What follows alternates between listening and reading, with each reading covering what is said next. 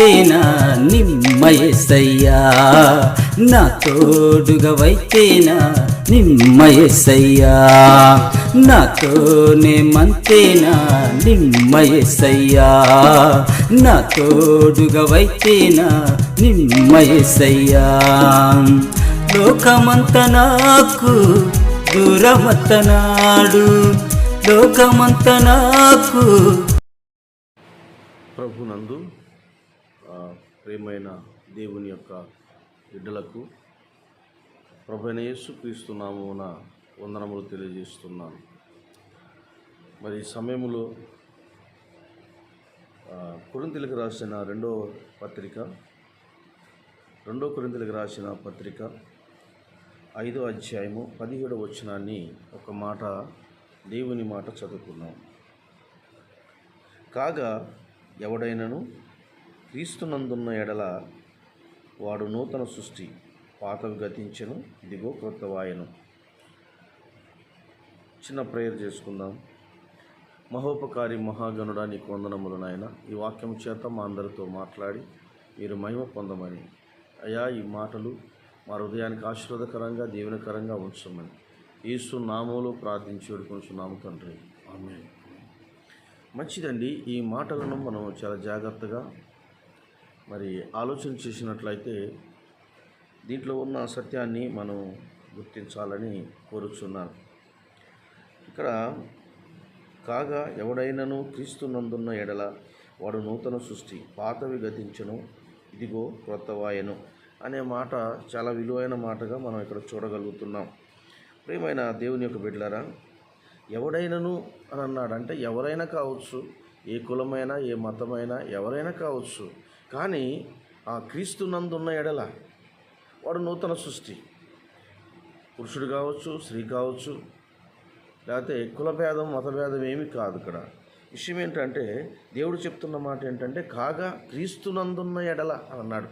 అంటే దేవునిలో ఎవరైతే ఉంటారో, దేవునిలో ఎవరైతే జీవిస్తారో, ఆయన యందు ఉంటారో, ఆయన యందు ఉంటే వారి బ్రతుకు చాలా అద్భుతంగా ఉంటుందని ఇక్కడ తెలియజేస్తున్నాడు. ఏమంటున్నాడంటే వాడు నూతన సృష్టి, అంటే నూతన జీవితాన్ని కలిగి ఉంటాడు.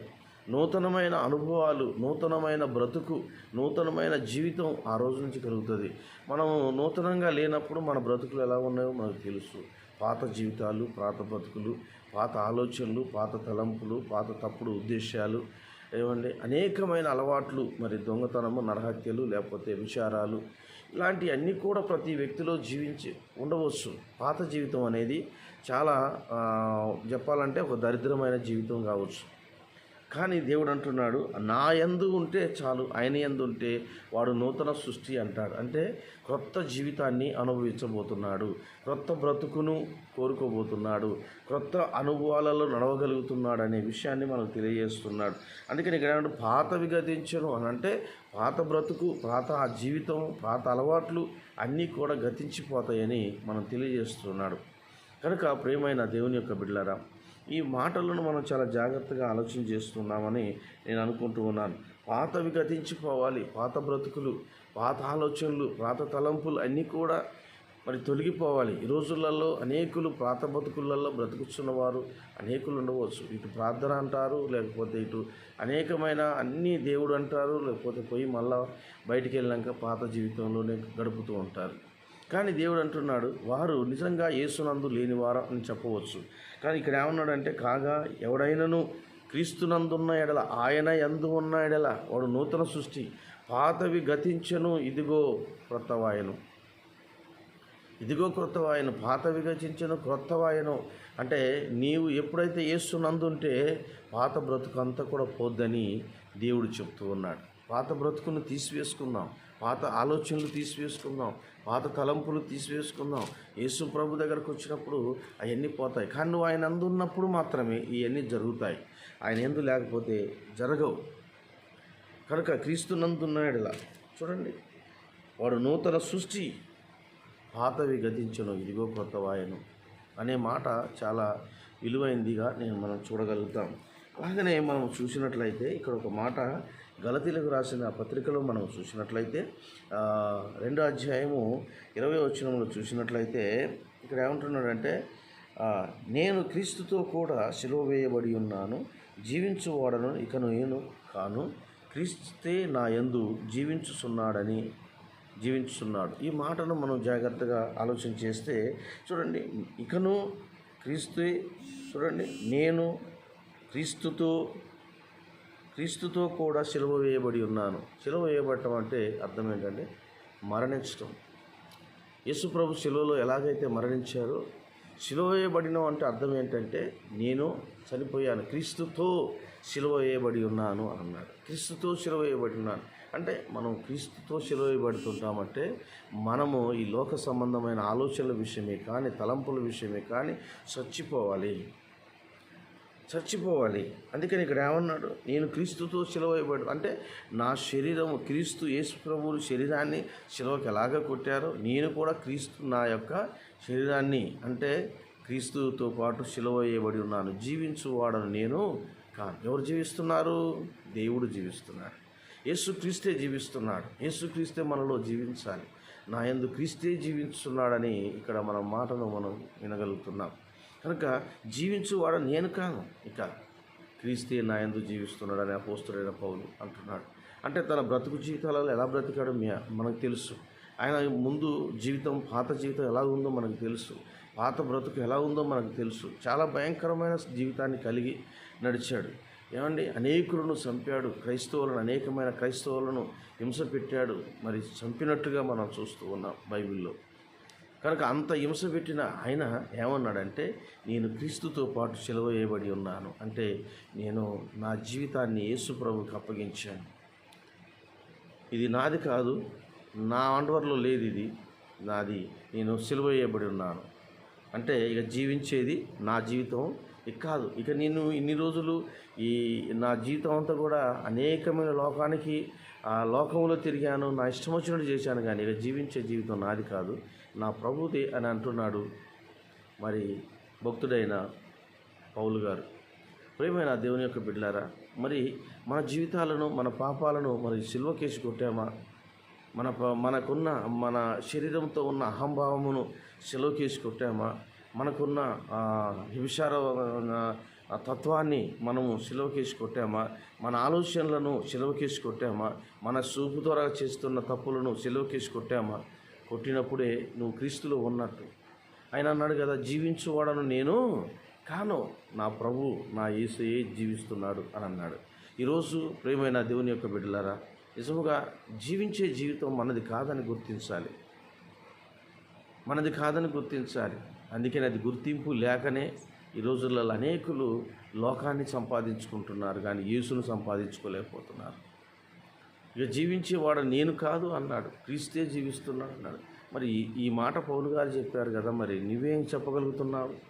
నీవే ఏ మాట అనగలుగుతున్నావు? జీవించువాడను నేను కాను, క్రీస్తే నా యందు జీవిస్తున్నాడని మీరు చెప్పగలుగుతున్నారా?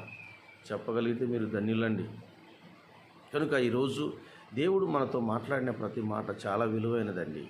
ఆలోచన ప్రకారంగా చాలా జాగ్రత్తగా మనం నడుచుకోవాలి. ఇక మన జీవితాలను, మన యొక్క ఆలోచనలు, మన తలంపులను సిలువ కొట్టాలి. ఎందుకు అనంటే నేను క్రీస్తుతో పాటు సిలువ వేయబడి ఉన్నాను. జీవించే జీవితము నాది కాదు, క్రీస్తే నా యందు జీవిస్తున్నాడు అన్నాడు. నిజంగా క్రీస్తు నీ యందు జీవించాలంటే ఈరోజు నీవు నీ యొక్క జీవితాన్ని సిలువకి కొట్టాలని ప్రభు చెప్తున్నాడు. వాక్యము అపోస్తలుడైన పౌలు గారు తన జీవితంలో ఒక సాక్ష్యం ఇస్తూ ఉన్నాడు.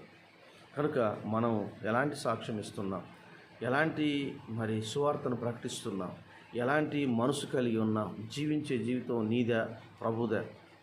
ఏమండి, ప్రభుదే. ఏమండి, చాలామంది ఇక అంతా అయిపోయినాక ఇక నీ ప్రభు కోసం అని చెప్పేసి అప్పుడు వస్తాయి. ఏమండి, అట్లా కాదండి. దేవుడు మనకు ఆరోగ్యం ఇచ్చినప్పుడే, దేవుడు మనకు ఆవుసు ఇచ్చినప్పుడే మరి అనేకమైన సువార్తను ప్రకటించే వారిగా ఉండాలి. అందుకనే మన జీవితాన్ని ప్రభుకు అర్పించాలి. అందుకనే పౌలు గారు అర్పించాడు. ఇక నేను జీవించు నాది కాదు, ఇది నా జీవితం కాదు, ఇది ప్రభుకు అప్పగించాను. ఇది నేను కాదు, నాకు సంబంధించిన శరీరం కాదు, ఇది ప్రభువుదే. ఈ దేహము దేవుని ఆలయము, ఇది ప్రభువుదే, ప్రభువుకి ఇచ్చేసాను. కనుక జీవించే జీవితం ఇది నాది కాదు, నా ప్రభు కోసమే జీవించాలి. నా ప్రభు కోసమే బ్రతకాలి అని అపోస్తలుడైన పౌలు గారు మాట్లాడుతున్నారు. మరి ఈరోజు నువ్వేం మాట్లాడుతున్నావో నేను ఎరుగను, కానీ ఒకవేళ ఈ మాటలు విన్నట్లయితే, ఒకవేళ ఈ మాటల ద్వారాగా నీ జీవితాన్ని సరి చేసుకోవాలని ఒకవేళ ఆలోచన కలిగి ఉన్నట్లయితే, ఎక్కడున్నప్పటికీ దేవుని యొక్క బిడ్డ, ఈ మాట నీ జీవితంలో అపోస్తలుడైన పౌలు గారు హెచ్చరించిన ఈ మాట నీ జీవితానికి ఆశీర్వాదకరంగా మలుచుకుంటావా? నీ జీవితంలో నిజంగా క్రీస్తులో ఉన్నవాడు అవుతావు. అందుకని అపోస్తలుడైన పౌలు గారు రోమీయులకు రాసిన పత్రికలు కూడా అదే మాట రాస్తాడు. 12వ అధ్యాయం 1-2 వచనాలలో అంటాడు, కాబట్టి సహోదరులారా, పరిశుద్ధమును దేవునికి అనుకూలమును సంపూర్ణమునయున్న దేవుని చిత్తం ఏదో పరీక్షించి తెలుసుకోండి, అప్పుడు నీ మనసు మారి నూతనమవటం వలన రూపాంతరం పొందునని అక్కడ వాక్యాన్ని మనం చూస్తాం. కనుక ఇక్కడ ఏంటంటే, సహోదరులారా, పరిశుద్ధమును దేవునికి అనుకూలమును సంపూర్ణమునయున్న, ఏమండి ఒకసారి మనం చూడగలిగితే మంచి స్పష్టంగా ఈ మాట మనతో దేవుడు మాట్లాడతాడు. చాలా జాగ్రత్తగా ఈ మాటను విందాం. కాబట్టి సహోదరులారా, పరిశుద్ధమును దేవునికి అనుకూలమునై సజీవ యాగముగా మీ శరీరములను ఆయనకి సమర్పించుకొనుడని దేవుని వాత్సల్యమును బట్టి మిమ్మల్ని బ్రతిమలాడుకొనుస్తున్నాం. ఇట్టి సేవ మీకు యుక్తమైనది. మీరు ఈ లోక మర్యాదను అనుసరించక ఉత్తమమును అనుకూలమును సంపూర్ణమునయున్న దేవుని చిత్తం మీద పరీక్షించి తెలుసుకున్నట్లు నీ మనసు మారి నూతనమవటం వలన రూపాంతరం పొందును. ఇక్కడ మనం చూసినట్లయితే ఈ వాక్యాన్ని, కాబట్టి సహోదరులారా, పరిశుద్ధమును దేవునికి అనుకూలమునైన సజీవ యాగముగా మీ శరీరములను ఆయనకి సమర్పించండి. మీ శరీరములను ఆయనకి సమర్పించండి. పౌలు గారు ఏమన్నాడు? నా శరీరము నాది కాదు, జీవించువాడను నేను కాదు, నా ప్రభువే జీవిస్తున్నాడు అన్నాడు. ఈరోజు నీవు కూడా మరి ప్రభువుకి ఈ మాట చెప్పగలుగుతుంటే ఎంత మంచిది. నిజంగా ఇక్కడ ఏమన్నాడు? కాబట్టి సహోదరులారా, ఏమండి, పరిశుద్ధమును దేవునికి అనుకూలమును సజీవ యాగముగా మీ శరీరములను ఆయనకి సమర్పించండి. ఆయనకి సమర్పించండి. ఆయన నీ శరీరాన్ని నడిపిస్తాడు. ఈ దేహములో ఆయన నివసిస్తాడు.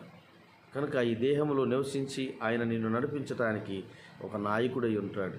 కనుక ఈరోజు ఒకవేళ నీవు ప్రభువుకి నీ జీవితాన్ని సమర్పించగలిగితే, ప్రభువుకి నిన్ను నీవు సమర్పించుకోగలిగితే, ఆయనకు నీవు నీ హృదయాన్ని ప్రభువుకి, నీ శరీరాన్ని ప్రభువుకి అప్పగించుకోగలిగితే, అన్నాడు కదా ఇక్కడ, నీ శరీరములను ఆయనకు సమర్పించండి. ఆయనకు సమర్పించండి. అప్పుడు నీ సేవ ఫలభరితమవుతుంది. ఒకవేళ నీ శ్వాస జీవితము గొప్పదిగా ఉంటుంది. అలాగే నీ బ్రతుకు జీవితం చాలా గొప్పదిగా ఉంటుంది. రూపాంతర స్థితిలోనికి వస్తుంది. లోక మర్యాదలు చాలా ఉన్నాయి, అవన్నీ మనకు అవసరం లేదు. లోక మర్యాదను అనుసరించవద్దు అంటే, లోకములో ఉన్న మర్యాదలు ఎన్నో ఉండవచ్చు, కానీ వాటిని మనం అనుసరించకూడదు. అది దేవుని చిత్తము కాదు, దేవుని ప్రణాళిక కాదు. అది ఈ లోక మర్యాదను అనుసరించటం అనేది నీ హృదయమనడి తలుపునంత యేసుక్రీస్తు నిన్ను తట్టుచుండగా నీవు ఆయనను నీ హృదయంలో చేర్చుకుంటే ప్రభుకి నీ జీవితమును కూడా మార్చుతాడు.